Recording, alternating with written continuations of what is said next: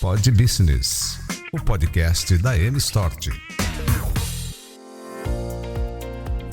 Iniciando mais um Pod Business, o podcast da M-Stort, uma empresa com mais de 35 anos de atuação no mercado nacional e internacional. Convido você a se inscrever no nosso canal e ficar por dentro dos nossos conteúdos e a participação dos Business Partners. Você vai ter excelentes conteúdos. É só se inscrever e acionar as notificações. Hoje, recebendo uma visita bem especial, o empresário André Gever. Ele é o sócio administrador da Lemon Hospitality, uma administradora de condomínios. Bem-vindo ao nosso Pod Business, André. Primeiro, muito obrigado pelo convite. É uma honra poder estar aqui para a gente fazer esse bate-papo. Sabes que, desde novo, eu sempre fui um cara muito inquieto, porque eu nunca fui aquele cara das profissões mais tradicionais, né? Eu sempre tentei buscar alguma coisa diferente e acabei parando na hotelaria, que para o grande mundo aí não é uma das profissões mais tradicionais, né? Então, sempre eu sou formado em hotelaria e turismo e eu acabei enveredando para a área de hotelaria dentro da gama gigante que é o turismo, né? Dentro de todas as possibilidades. Então, eu sempre trabalhei com a hotelaria tradicional durante muitos anos e aí, para tentar dar uma encurtada nessa trajetória, que hoje já são 25 anos de mercado profissional, por volta de 2010, a gente tinha uma administradora de hotéis, basicamente hotéis no interior do estado, e aí eu tinha uma equipe comercial. Essa equipe comercial visitava agências de viagens, empresas, indústrias, para que quando essas empresas tivessem clientes, trouxessem para se hospedar nos nossos hotéis, que eram hotéis basicamente voltados para quem estava viajando a turismo de negócios, né? Você é natural de Porto Alegre? Eu sou natural de Porto Alegre. Sou natural de Porto Alegre, morei por 10 anos em Caxias, e hoje eu moro nos Estados Unidos há 8 anos já, e aí fui levando essa experiência um pouco para lá, para atuar no mercado de lá e tentar trazer de lá um pouco das coisas que acontecem por lá e que a gente pode aproveitar aqui. Às vezes tem coisas que ainda não chegaram aqui, que a gente consegue implementar um pouco antes. E o que acontece lá, André? Por favor, a gente está esperando que tu fale para nós. O que acontece lá que a gente pode usar? Sabe que eu vou te contar, e até depois voltando ali, mas a gente tem muito uma ideia de que tudo nos Estados Unidos funciona melhor do que no Brasil. E isso, eu não acredito nisso. Hoje, vivendo há 8 anos lá, eu te digo que o brasileiro ele tem um nível de criatividade e de adaptação que poucas culturas no mundo têm. O brasileiro, acho que talvez pelas dificuldades que a gente normalmente tenha no dia a dia nosso, né? A gente precisa ser criativo, e aí eu costumo dizer que o jeitinho brasileiro, mas aquilo que a gente diz que é o jeitinho bom brasileiro, não o jeitinho errado do brasileiro. A gente tem uma capacidade de adaptação e de se moldar às dificuldades que aparecem no nosso dia a dia, que o americano não tem. O americano está acostumado a tudo acontecer dentro da caixinha dele. É rígido, né? É muito rígido e ele não está... quando qualquer coisa sai fora do prumo, ele trava. Já o brasileiro não. O brasileiro é naquele momento que ele vê uma oportunidade e a partir dali é que ele faz grandes negócios, é que ele, enfim, cria coisas novas. Então, eu te digo assim, sim, tem muitas coisas bacanas nos Estados Unidos, mas o Brasil, cara, é um campo maravilhoso. A gente costuma brincar lá fora que o melhor do Brasil e o pior do Brasil é a mesma coisa. É o brasileiro. O brasileiro, aquele que quer trabalhar, aquele que não tem medo de acordar e ir sol a sol, esse cara vai dar certo em qualquer lugar, porque, de novo, ele tem uma capacidade de adaptação gigantesca. E o americano, ele tem aquela coisa do processo e procedimento, que muitas vezes a gente tenta adaptar e diz assim, não, vai dar certo. Enquanto que o americano não, ele é muito de processos. Enquanto está dentro dos processos, ele é muito melhor que nós. Saiu dos processos, é aí que a gente pode se destacar. E aí, faço já um link contigo para te contar um pouco dessa nossa adaptabilidade e visão de oportunidades que a gente acaba vendo aqui. Isso. Então, tu sabe que lá atrás, quando eu tinha essa equipe comercial que visitava as empresas para ver para trazer hóspedes para os nossos hotéis. Era uma época, isso estou te falando na casa de 2010, 2011, era uma época que estava chegando aqui no Rio Grande do Sul os condomínios, seja eles comerciais, seja condomínios residenciais, com uma infraestrutura mais completa.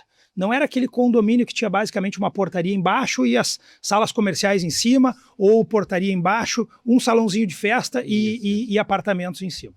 E nessa oportunidade nós visitamos um escritório grande, jurídico, que tinha lá na Serra, e estava chegando na Serra, e esse escritório ele acabou migrando para esse prédio, porque era um prédio que foi vendido para ele uma ideia de que ele não estava comprando 1 metro quadrado apenas, mas um prédio que ia ter uma gama de serviços gigantescas para oferecer para ele. Então era um prédio que tinha salas de reunião no térreo, auditórios, uma cafeteria, estacionamento com serviço de valé, estacionamento rotativo Sim. com serviço de valé, Sim. enfim, dentre outras coisas. E a grande propaganda na época era, pô, um cara como tu, que é um formador de opinião na cidade, uma referência na cidade, como é que tu tá indo naquele prédio antigo e tu não tá num prédio como esse que é, enfim, o suprassumo da cidade? Nós podemos fazer uma relação com os coworkings? Mais ou menos Total. Isso. Total, porque o que acontece? Naquela oportunidade existia uma expectativa muito grande, seja das construtoras, seja de quem comprava naquilo lá, de que o cara ia para lá e na folheteria ia ter toda uma gama de serviços. E as administradoras tradicionais não sabiam fazer serviços, entregar serviços. Elas faziam a parte de contas a pagar e receber, que é a emissão dos boletos, e uma reunião de condomínio uma vez por ano. Sim. E eu vi naquela oportunidade, naquele momento, uma oportunidade de dizer assim, puxa, eu estou acostumado a administrar hotéis. Administrar o hotel, a estrutura física é muito parecido com administrar um prédio normal. E aí, nesse sentido, eu disse assim, poxa, salas de reunião e auditório estão para esse prédio, assim como o centro de eventos está para um hotel. A cafeteria que vai ter aqui embaixo, que não estava funcionando também, está para o prédio, assim como o restaurante e um bar está para o hotel. E a única diferença, a recepção, a gente precisava ter uma identidade olfativa, ter uma assinatura de flores e tal ali na frente, enfim, uma série de coisas que não existia naquele momento, quem soubesse operar esses condomínios.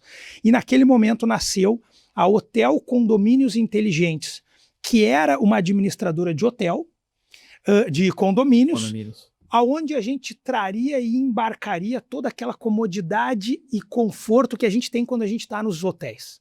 Ou seja, tu pega o telefone, tu liga lá para baixo no hotel, alguém te traz uma comida, alguém te manda passar uma camisa.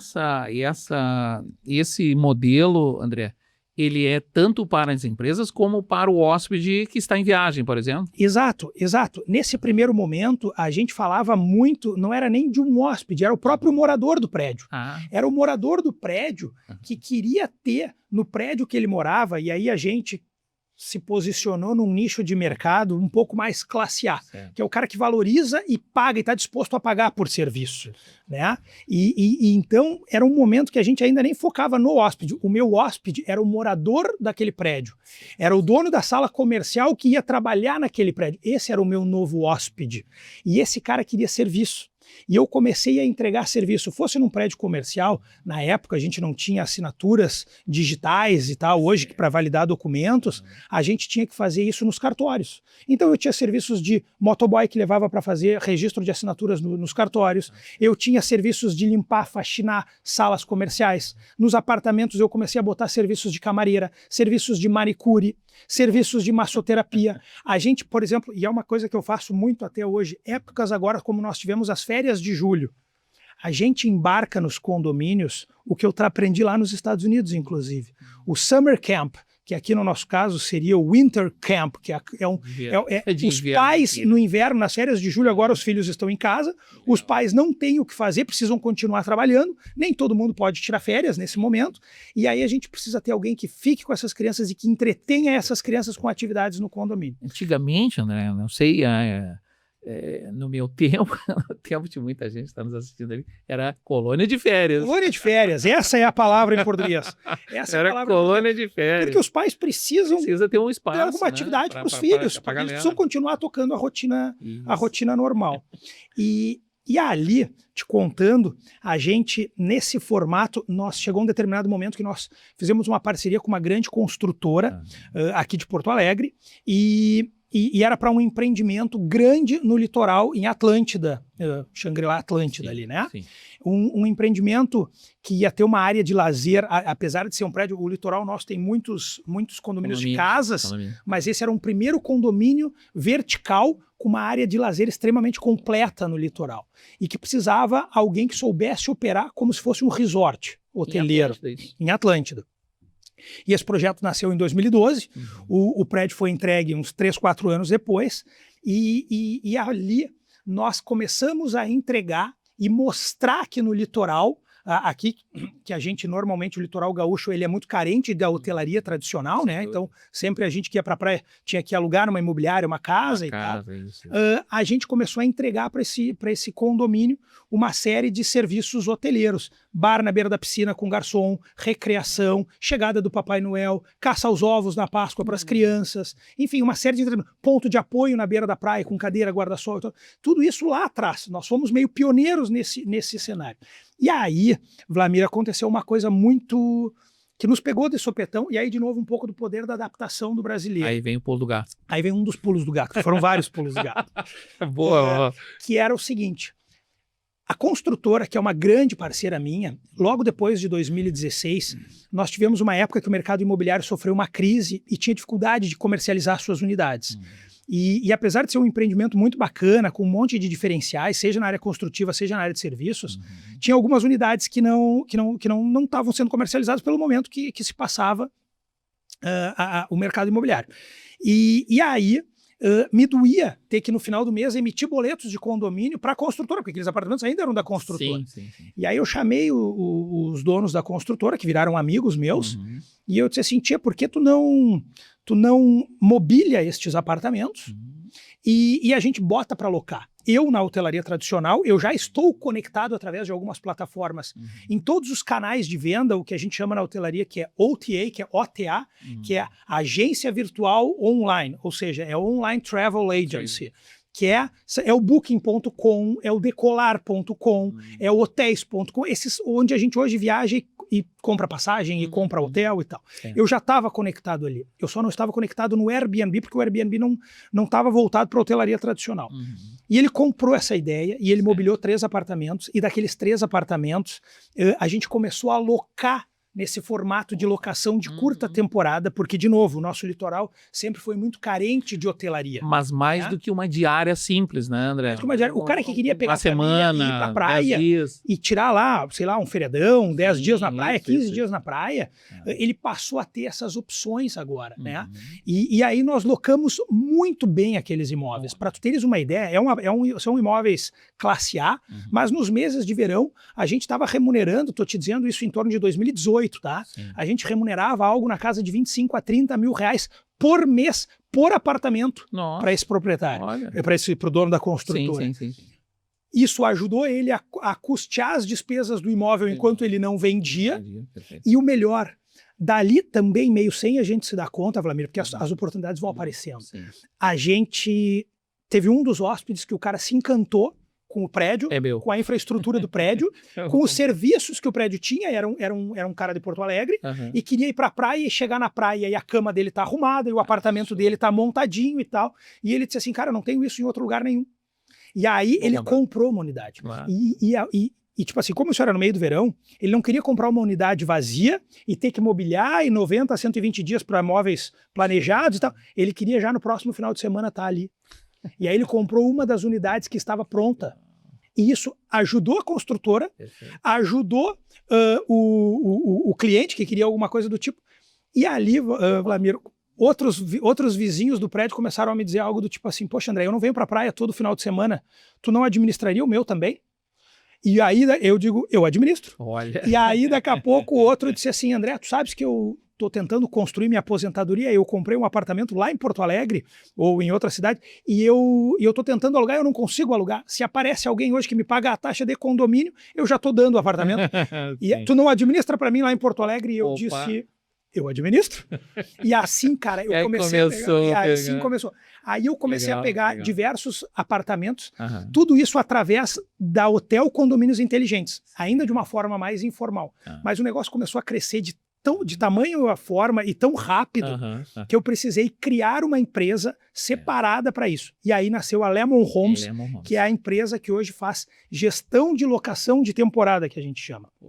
A gestão de locação de temporada, ela nada mais é do que a evolução da hotelaria tradicional. Digamos assim, essas plataformas, André, elas não administram nenhum condomínio, elas não administram nenhum edifício, nada. A Lemon administra Exatamente. o condomínio, o edifício e coloca nas plataformas. Exatamente. Tu pensa que um Airbnb da vida, ele nada mais é do que um intermediador entre o hóspede que está buscando um canal e o proprietário que tem um imóvel disponível para aquele período lá para o cara usar. Mas o proprietário tem que estar fazendo a manutenção. A gestão de receber o hóspede, de dar suporte durante a hospedagem, de tirar dúvidas, de limpar, de cuidar da manutenção, é o proprietário.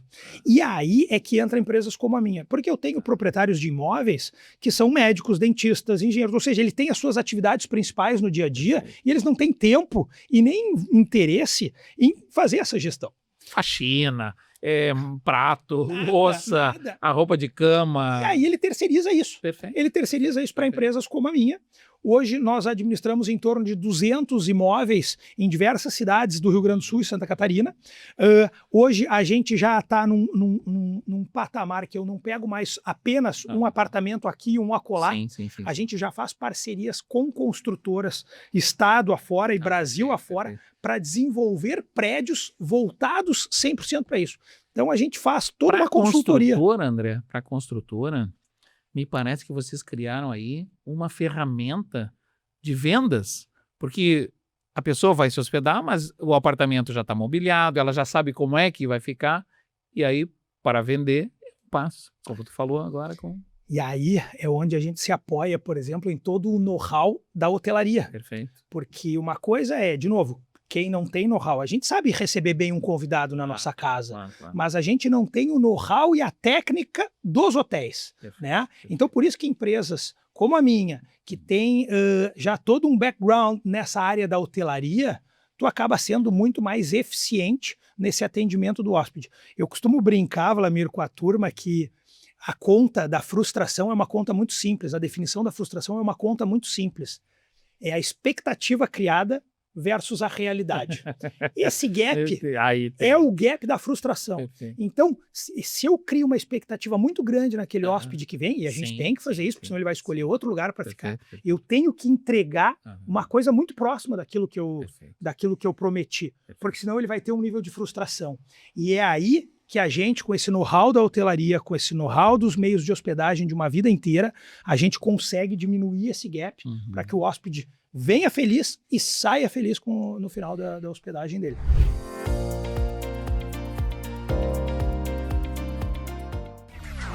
Pod Business, o podcast da M-Stort.